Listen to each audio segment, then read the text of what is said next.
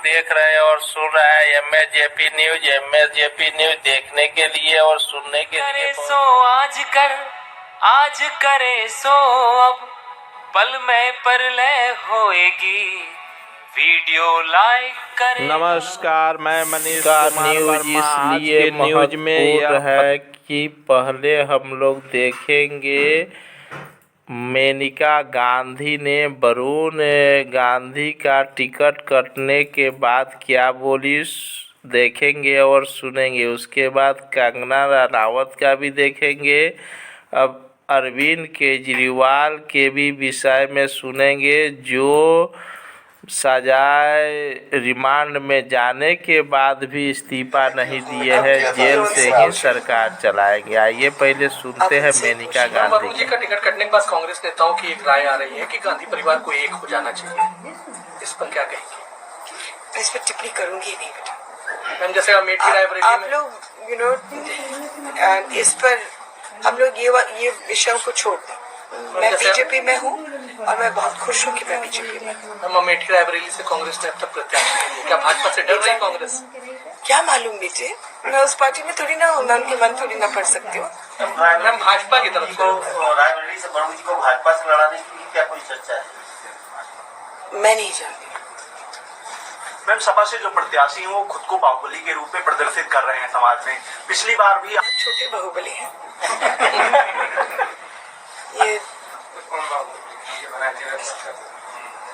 पिछली दफा तो असल में एक क्रिमिनल किस्म का छाया हुआ था। इस दफा नहीं, हमारे उम्मीदवार बहुत ही अच्छे इंसान होंगे।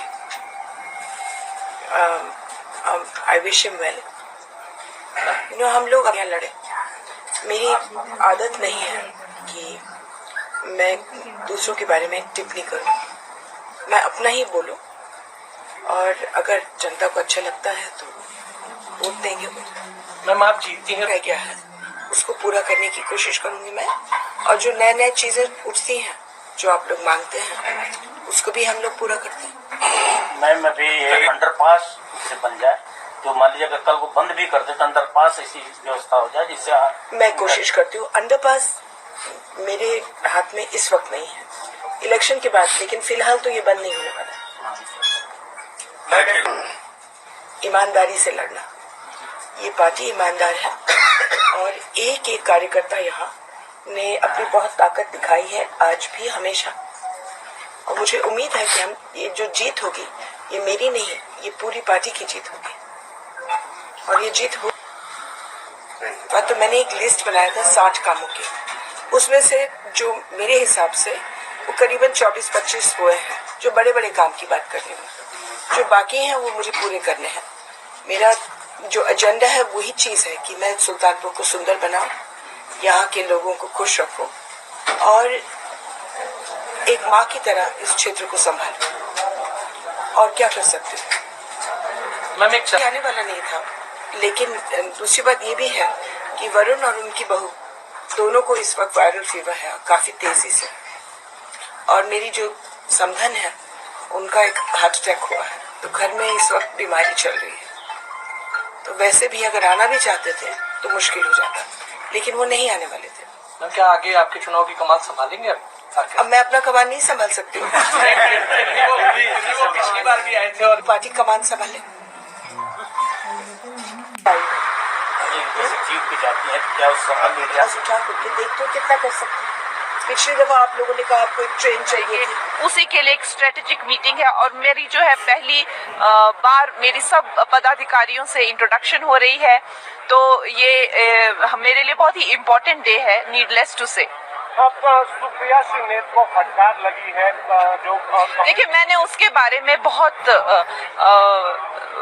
ज़्यादा उसमें बोला है कि हमारा जो मंडी के जो जितने भी लोग हैं, हमारे जो एक्स-सीएम जी हैं, इन्होंने भी हमेशा उसकी चर्चा की है कि हम बहुत ज़्यादा हर्ट हैं और इसका जवाब जो है हमारे जो वोटर्स हैं मंडी के, वो खुद देंगे और हमें इसका बार बार जवाब देने की जरूरत नहीं है। राहुल गांधी जो है लगातार लोकतंत्र की हत्या का आरोप लगा रहे हैं केंद्र सरकार पर, तो अगर लोकतंत्र की हत्या हो रही है तो हम किस चीज की तैयारियां कर रहे हैं फिर? लोगों का मन भाना, लोगों से प्रेम का और सहयोग की प्रार्थना करना और उनका आपको सहयोग देना, उनका आप पे विश्वास होना, प्रेम होना, एक तरह से एक उनका आपके साथ अलाइनमेंट होना, क्या वो लोकतंत्र की हत्या है? वो लोकतंत्र की हत्या नहीं है, वही लोकतंत्र है। उनको शायद पता नहीं है लोकतंत्र की डेफिनेशन क्या है।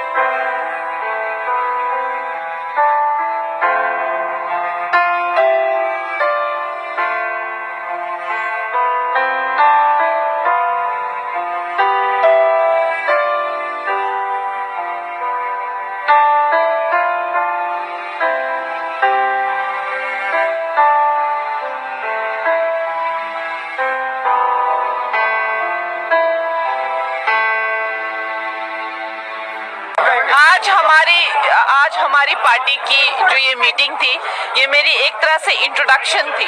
हमारे जो मंडी सरकाघाट एरिया में जो मेरी कॉन्स्टिट्यूएंसी है, उसका जो एरिया के जितने भी पदाधिकारी हैं, जितने भी कार्यकर्ता हैं, उनसे मेरी एक मीटिंग हुई है। तिहाड़ में होंगे और मुख्यमंत्री रहते हुए तिहाड़ में कुछ शर्म हो तो इनको तुरंत इस्तीफा देना चाहिए। तो जो मूल बात आज ईडी के सोर्सेज से जो निकल कर आई और जो रिपोर्ट की जा रही है वो है कि अरविंद केजरीवाल ने कहा कि विजय नायर जो कि कंड्यूट था, जो कि साउथ लॉबी और आम आदमी पार्टी के बीच का आदमी था, बिचौलिया था, वह मुझे रिपोर्ट नहीं करता था, उसका कहता था कि केजरीवाल को रिपोर्ट नहीं करता था, वह आतिशी और सौरभ भारद्वाज को रिपोर्ट करता था। इसका मतलब ये जो पूरा रैकेट है, बड़ा रैकेट है, इसमें आतिशी और सौरभ भारद्वाज भी इन्वॉल्व है और अरविंद केजरीवाल खुद सुजेस्ट कर रहे हैं कि ईडी को इनकी भी इंक्वायरी करनी चाहिए, इनकी भी इंटेरोगेशन करनी चाहिए, अपेक्षा करते हैं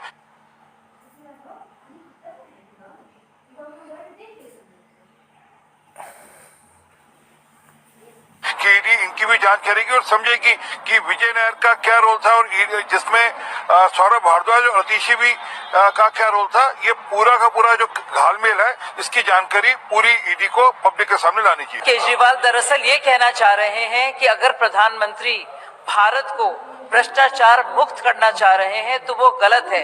ये वही केजरीवाल हैं जिनके पूरे करियर का लॉन्च हुआ था इंडिया अगेंस्ट करप्शन से, यानी कि भ्रष्टाचार मुक्त भारत के लिए जो उन्होंने आवाज उठाई थी, खासतौर से रामलीला मैदान में, जिसके लिए उन्होंने अन्ना हजारे को जिस तरह से इस्तेमाल किया वो हम सब जानते हैं।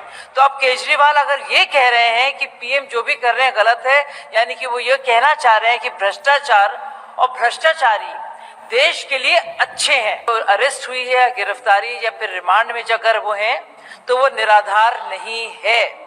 सबसे पहले मैं बता दूं कि 9 समन उनको पहले भेजे गए थे। इसके मुतालिक इस संदर्भ में 16 गिरफ्तारियां हुई हैं, जिसमें से मनीष सिसोदिया, संजय जी सिंह जी और के कविता भी जेल में है। पूछताछ उनसे लगातार जारी है।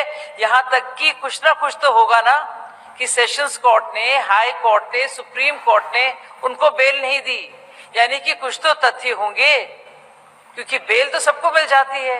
और अगर इस तरह से कोई विपक्ष के साथ कोई दुर्भावना थी तो आप ये बताइए मुझे कि चाहे नेशनल हेराल्ड का मामला हो या तेजस्वी यादव का मामला हो, किस तरह से सोनिया गांधी को, चिदम्बरम जी को, राहुल गांधी को, तेजस्वी यादव को, सबको बेल मिल गई है।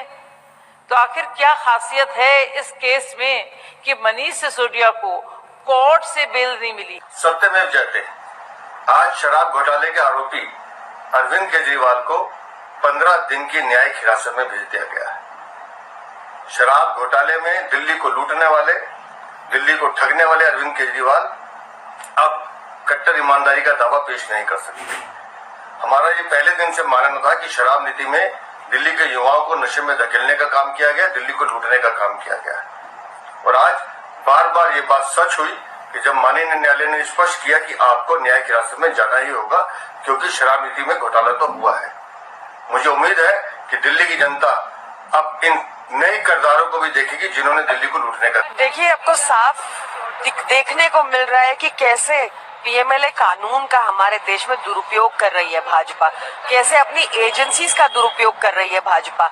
अभी शरद रेड्डी से 60 करोड़ लिया, जो उसके अरेस्ट के बाद, उसके बाद वो सरकारी गवाह बना, उसके बाद बेल होती है, उसके बयान के आधार पर मुख्यमंत्री जी की गिरफ्तारी हुई है। ऐसे बयान पर किसी पॉकेट मार की गिरफ्तारी ना हो जिस बयान पर एक सिटिंग मुख्यमंत्री की गिरफ्तारी हुई है। कोर्ट की तरफ से ऐसा किया गया नहीं, तो कोर्ट का ऑर्डर है कि उसको दूसरे दस्तावेज में भेजा जाए। क्या करेंगे? पीएमएलए कानून में ही ये प्रावधान है। जब तक ईडी नहीं कहेगी, जब तक ईडी की इन्वेस्टिगेशन पूरी नहीं हो जाएगी, जो 2 साल से हमारे खिलाफ एक चवन्नी की रिकवरी नहीं कर पाई इन्फोर्समेंट डायरेक्टोरेट, इतने उन्होंने छापे मार लिए, उसके बाद जब तक ईडी नहीं कहेगी, जैसे शरद रेड्डी के केस में कहा, छगन भुजबल के केस में कहा, अजीत पवार के केस में कहा, राघव रेड्डी के केस में कहा, प्रफुल्ल पटेल के केस में कहा, जब तक ईडी नहीं कहेगी कि केस बंद हो जाए या बेल में आपत्ति नहीं है, तब तक यही सिलसिला चला जाएगा। तभी कहा जाता है प्रोसेस इज द पनिशमेंट। लगातार आम आदमी पार्टी को क्रश करने की मंशा रही है भाजपा की, लगातार खरीद फरोख्त की कोशिश रही है विधायकों की। हमने खाली दिल्ली नहीं, हमने कितने स्टेट्स में देख लिया कि भाजपा जहां हार जाती है या जहां जीत नहीं पाती या जहां कर रही है भाजपा। अभी शरद रेड्डी से 60 करोड़ लिया, जो उसके अरेस्ट के बाद, उसके बाद वो सरकारी गवाह बना, उसके बाद बेल होती है, उसके बयान के आधार पर मुख्यमंत्री जी की गिरफ्तारी हुई है। ऐसे बयान पर किसी पॉकेट मार की गिरफ्तारी ना हो जिस बयान पर एक सिटिंग मुख्यमंत्री की गिरफ्तारी हुई है। कोर्ट की तरफ से ऐसा किया गया नहीं, तो कोर्ट का ऑर्डर है कि उसको दूसरे दस्तावेज में भेजा जाए। क्या करेंगे? पीएमएलए कानून में ही ये प्रावधान है। जब तक ईडी नहीं कहेगी, जब तक ईडी की इन्वेस्टिगेशन पूरी नहीं हो जाएगी, जो 2 साल से हमारे खिलाफ एक चवन्नी की रिकवरी नहीं कर पाई इन्फोर्समेंट डायरेक्टोरेट, इतने उन्होंने छापे मार लिए, उसके बाद जब तक ईडी नहीं कहेगी, जैसे शरद रेड्डी के केस में कहा, छगन भुजबल के केस में कहा, अजीत पवार के केस में कहा, राघव रेड्डी के केस में कहा, प्रफुल्ल पटेल के केस में कहा, जब तक ईडी नहीं कहेगी कि केस बंद हो जाए या बेल में आपत्ति नहीं है, तब तक यही सिलसिला चला जाएगा। तभी कहा जाता है प्रोसेस इज द पनिशमेंट। लगातार आम आदमी पार्टी को क्रश करने की मंशा रही है भाजपा की, लगातार खरीद फरोख्त की कोशिश रही है विधायकों की।